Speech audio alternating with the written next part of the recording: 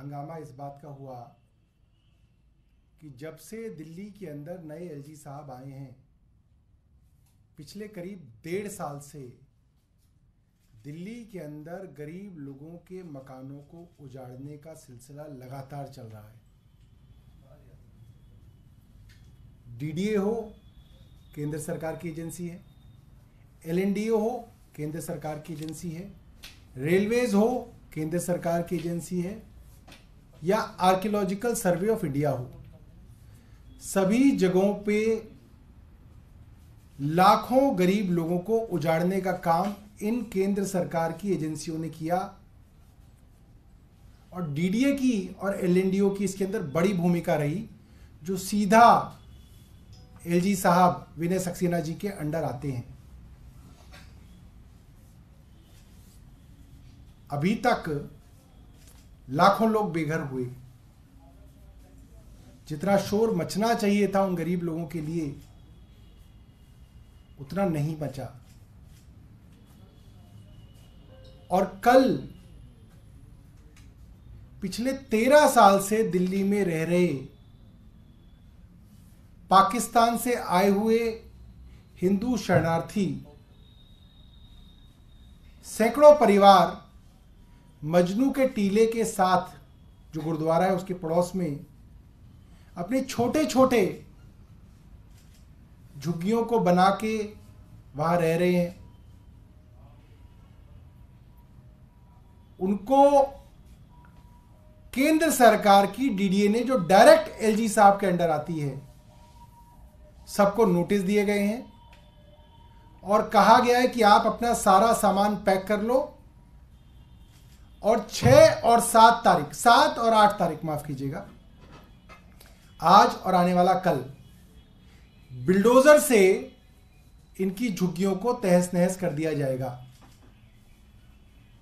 यह बात हमें मालूम है कि अक्सर डीडीए कहती है कि अब डिमोलिशन टल गया है, और अचानक सुबह 5 बजे डीडीए के बुलडोजर पहुंच जाते हैं और डिमोलिशन 2-3 घंटे के अंदर खत्म करके हजारों लोगों को उजाड़ देते हैं। मैं दिल्ली के एलजी साहब से पूछना चाहूंगा, आपकी इन गरीब लोगों से क्या दुश्मनी है?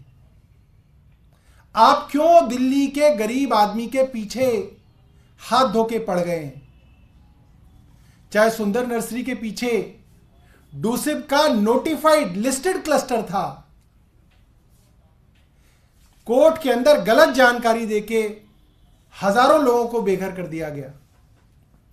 मेहरौली के अंदर लिस्टेड क्लस्टर था, घोसिया कॉलोनी, कोर्ट के अंदर गलत जानकारी दी जा रही थी, उसके अंदर भी बहुत सारे लोगों को बेघर कर दिया गया। बाद में कोर्ट ने उसके अंदर स्टे दिया। आरकेपुरम के अंदर सेक्टर 12 के अंदर नोटिस आए हुए हैं और बताया गया कि आज वहां पे भी डिमोलिशन है। मैं एलजी साहब से जानना चाहूंगा, क्या ये बातें आपके संज्ञान में नहीं है? मैं जानता हूं ये कहेंगे मेरे संज्ञान में नहीं है। अगर आपके संज्ञान में नहीं है तो आप डीडीए के चीफ इंजीनियर को आज सस्पेंड कर दीजिए। बता दीजिए दिल्ली वालों को कि जो हो रहा है वो आपके संज्ञान में नहीं था, गलत हो रहा था, इसलिए अफसर पे आपने कार्रवाई की। आपका डिपार्टमेंट है, एलजी साहब चेयरमैन है डीडीए के। दिल्ली के लोग इंतजार कर रहे हैं। एलजी साहब, मैं बता रहा हूं आपको, एलजी साहब कहेंगे नहीं, आम आदमी पार्टी झूठ बोल रही है, मुझे तो मालूम ही नहीं था। अगर नहीं मालूम था तो एलजी साहब चीफ इंजीनियर को सस्पेंड करें, अभी करें। दूसरी बात हो सकता है एलजी साहब क्या कहेंगे, वो कहेंगे मेरा नहीं है, कोर्ट का ऑर्डर है, एनजीटी का ऑर्डर है। एनजीटी का ऑर्डर आज का नहीं है, पहली बात। और एनजीटी के अंदर जब मुकदमा चला तो डीडीए ने क्या पक्ष लिया? क्या डीडीए ने इन हिंदू शरणार्थियों का पक्ष लिया? नहीं लिया। लिया हो तो दिखाएं।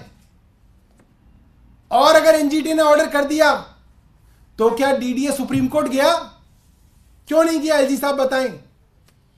साफ है, ये बेचारे वो लोग हैं जो किसी तरीके से पाकिस्तान से अपनी जान बचा के यहां पे आए हैं। वहां पे अच्छे वाले घर बाहर थे, इनके अच्छे बढ़िया नौकरियां थी, व्यवसाय थे। मगर इसलिए कि अपने देश वापस आना चाहते थे। 2011 में ये लोग आए और इन्होंने हिंदुस्तान के अंदर शरण ली। 2011 कांग्रेस का यूपीए का टाइम था, तब से शरण में है। मगर आज भारतीय जनता पार्टी शासित डीडीए के पेट में दर्द है। क्यों निकालना चाहते हो आप इनको? कहां जाएंगे? मैंने आज वीडियो देखी उनकी, वो लोग कह रहे हैं छोटे छोटे बच्चे हैं, स्कूलों में पढ़ते हैं। कोई कह रहा है कि हमारे स्कूल के अंदर जाने वाले बच्चों के बोर्ड में एग्जाम है। कोई कह रहा है मेरी बेटी लॉ कर रही है। आप उनको बेघर कर देंगे, उजाड़ देंगे? कहां जाएंगे वो?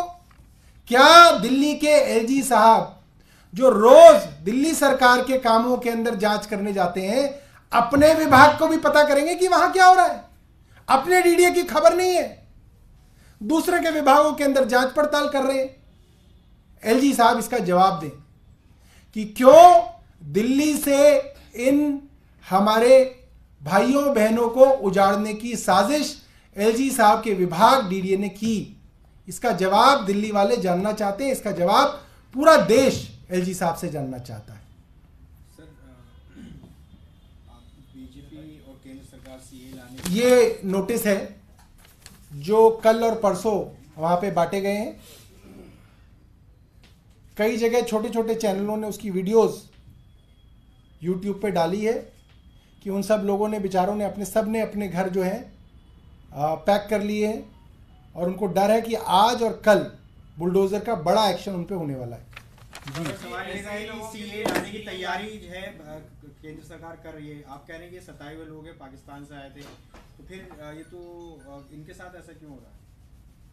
ये तो एलजी साहब बताएंगे कि क्यों हो रहा है, क्यों कर रहे हैं। केंद्र सरकार इस तरीके का क्यों उनको जो है उजाड़ना चाह रहे हैं। सौरभ जी, आपको क्या लगता है इनको अगर नागरिकता मिल जाती तो शायद ये स्थिति नहीं होती? अभी उनके पास नागरिकता नहीं, ये एक बड़ी समस्या है। पहली बात, इसका समाधान है क्या? नहीं, आज की तारीख में भी कानून में ये प्रावधान है कि आप इन्हें नागरिकता दे सकते हैं, नंबर 1। नंबर 2, जब तक नागरिकता नहीं मिलती तब तक भी जितने भी अच्छे देश हैं, चाहे वो अमेरिका हो चाहे वो यूरोप हो, वहां पे शरणार्थियों को इज्जत दी जाती है, बेसिक एमिनिटीज दी जाती हैं और उनका घर चल सके उसके लिए सरकार से मदद की जा सकती है। कोई पाबंदी नहीं है इस वक्त। ये भारतीय जनता पार्टी बेवकूफ बनाती है, भारतीय जनता पार्टी की केंद्र सरकार बेवकूफ बनाती है। कोई पाबंदी नहीं है इन लोगों को सहूलियत देने में। आज डीडीए एक पत्र लिख दे, मैं आपको डूसिब की तरफ से, मैं आपको डूसिब के वाइस चेयरमैन होने की तरफ से कह रहा हूं, डीडीए जो लैंड ओनिंग एजेंसी है, एक पत्र मुझे लिख दे, हम उनको सभी सहूलियतें वहां पे देंगे। हम तैयार हैं देने के लिए। डीडीए इसके अंदर टांग ना अड़ाए, बेचारे गरीब लोगों को बेघर ना करे। सर, इतने बड़े स्तर के ऊपर रैन बसेरों पे जाने का इनके पास विकल्प रखा गया, आपको लगता है कि एकोमोडेट करने की स्थिति है इतनी बड़ी संख्या के अंदर लोगों? मैं अपने पत्रकार भाइयों से जानना चाहूंगा, क्या आपने कभी रैन बसेरा देखा है? क्या रैन बसेरे के अंदर एक परिवार अपनी बीवी, अपने जवान बच्चों को लेकर रह सकता है? क्या यह संभव है? यह पिछले 1.5 साल के अंदर यह मखौल बनाया जा रहा है कानून का कि हर कोर्ट के अंदर जाके कह दिया जाता है साहब हम इनको उजाड़ देंगे, डूसिब के रैन बसेरे में रह लेंगे। अरे भाई, डूसिब के रैन बसेरे में परिवार कैसे रह सकता है? डूसिब के रैन बसेरे में आप रात बिता सकते हैं सिर्फ, और वो भी बेसिकली जनरली जो सिंगल लोग हैं वो उन रैन बसेरों के अंदर रह सकते हैं। आप ये कैसे कल्पना कर सकते हैं कि कोई परिवार अपने बच्चों के साथ रैन बसेरे के अंदर रहेगा? कहां खाना बनाएगा, कहां नहाएगा, कहां शौच करेगा, कहां पढ़ेंगे उनके बच्चे? ये सोचा ही नहीं जा रहा। मजाक उड़ाया गया इस डीडीए के नोटिस के अंदर। गरीबों का क्या मजाक उड़ाया गया, कहा गया द्वारका के रैन बसेरे के अंदर जाके चले जाओ। कमाल हो गया। एलजी साहब को यह भी नहीं मालूम कि मजनू के टीले से द्वारका कितना दूर है, और रैन बसेरे के अंदर क्या लोग अपने परिवार के साथ रह सकते हैं? एक और सवाल है, ईडी कोर्ट गई थी दोबारा, फिर से 16 तारीख को पेश होने के लिए कहा है कोर्ट ने सीएम केजरीवाल को। दोबारा ईडी कोर्ट गई है, शिकायत की है कि समय पर हाजिर नहीं। देखिए, ईडी तो कई बार कोर्ट जा चुकी है। मगर समस्या ये है, ना ईडी को कोर्ट पे भरोसा है, ना ईडी को कोर्ट की तारीखों पे भरोसा है। कोर्ट ने जब 16 तारीख अरविंद केजरीवाल जी को दे रखी है, उसके बावजूद वो सम्मन भेजे जा रहे हैं। फिर उन सम्मनों को लेके वो बार बार कोर्ट जा रहे हैं, सिर्फ और सिर्फ खबरों में बने रहने के लिए ईडी कर रहा है। कल ईडी की कार्रवाई टीएमसी लीडर के ऊपर हुई। रात में सीएम ने ट्वीट किया कि अगर वो बीजेपी शामिल हो जाएं तो उनको ईडी के नोटिस आने बंद हो जाएंगे, और उन्होंने कहा कि समय बड़ा बलवान है, प्रधानमंत्री थोड़ा ऊपर वाले से डरिए। देखिए, आज मैं सुबह सुबह मॉर्निंग वॉक पे घूम रहा था और कई बिजनेसमैन मेरे साथ घूम रहे थे, और चलते चलते उन्होंने एक बात कही।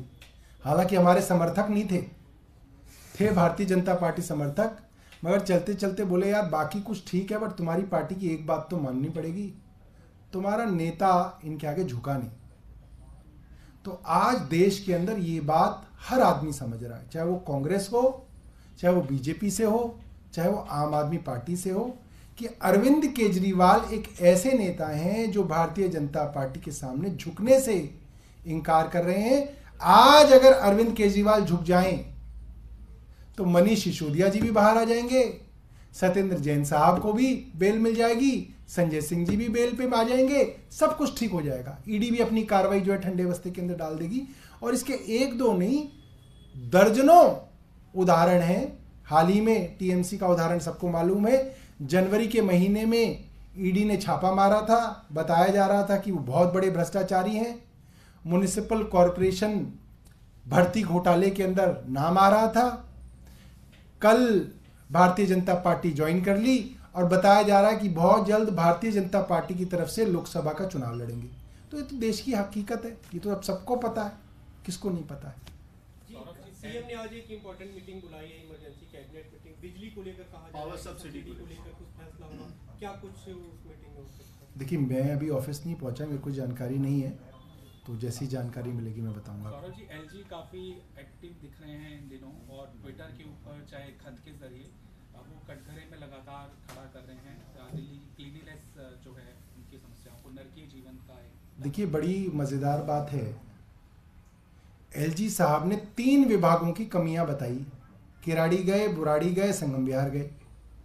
3 विभाग जिनकी कमियां उन्होंने खुद बताई, वो विभाग कौन से हैं? Municipal corporation of Delhi, Delhi जल बोर्ड, इरिगेशन फ्लड कंट्रोल। इन तीनों विभागों के अधिकारी जो उच्च अधिकारी हैं, वो एलजी साहब के चहेते अफसरों में से हैं। एलजी साहब क्यों उनके ऊपर कार्रवाई नहीं कर रहे, क्यों नहीं सस्पेंड किया एलजी साहब ने? मुख्यमंत्री जी ने तो खुद निवेदन कर दिया उनको कि भाई अगर ये अफसर काम नहीं कर रहे, दिल्ली वाले दुखी हैं, आप देखकर भी दुखी हैं, सीएम कह रहे हैं मैं भी दुखी हूं, इनके ऊपर कार्रवाई कीजिए। तो एलजी साहब सस्पेंड क्यों नहीं कर रहे उनको? ये सवाल आज पूरी दिल्ली पूछ रही है। इंतजार कर रहे हैं लोग कि एलजी साहब उन पे कार्रवाई क्यों नहीं कर रहे। कार्रवाई इसलिए नहीं हो रही क्योंकि वो लोग जब दिल्ली की जनता को परेशान कर रहे हैं तो एलजी साहब को मौका मिल रहा है बाहर जाके ट्वीट करने का। तो एलजी साहब का इसमें फायदा है। दिल्ली की जनता को परेशान करने में एलजी साहब को मौका मिल रहा है, और एलजी साहब चाह रहे हैं कि ऐसा चलता रहे, स्टेटस को रहे इस तरह से, वरना एलजी साहब अभी तक कार्रवाई कर देते। और ये मामला सिर्फ यही नहीं है, कई बार एलजी साहब को चिट्ठी लिख के कहा गया है कि हेल्थ सेक्रेटरी ठीक काम नहीं कर रहे, कार्रवाई कीजिए। एलजी साहब नहीं कर रहे कार्रवाई। तो ये तो अब दिल्ली की जनता को सबको साफ होता जा रहा है कि एलजी साहब दिल्ली में क्या करना चाह रहे हैं।